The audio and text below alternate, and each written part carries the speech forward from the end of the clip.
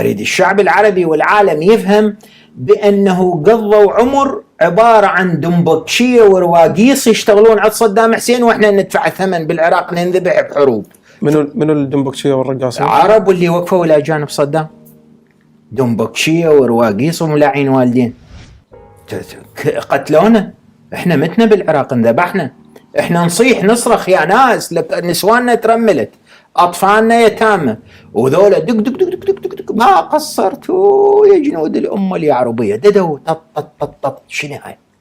ويجون من كل الدول ومهرجانات، من كل الدول العربية ومهرجانات، ويحتفلون براسي، وأنا أصيح أون من صدام حسين. أريد هسه أطلع أفضح العالم. أنت شوف هسه إيش قد مر من 91 لحد الآن، أو من الثمانينات، أو من 79 من إجا صدام لحد الآن. لما من 79 لحد الآن 41 سنة من أذكر شنو جرائم صدام ووقفة العرب تصيبني الرعش والرعدة.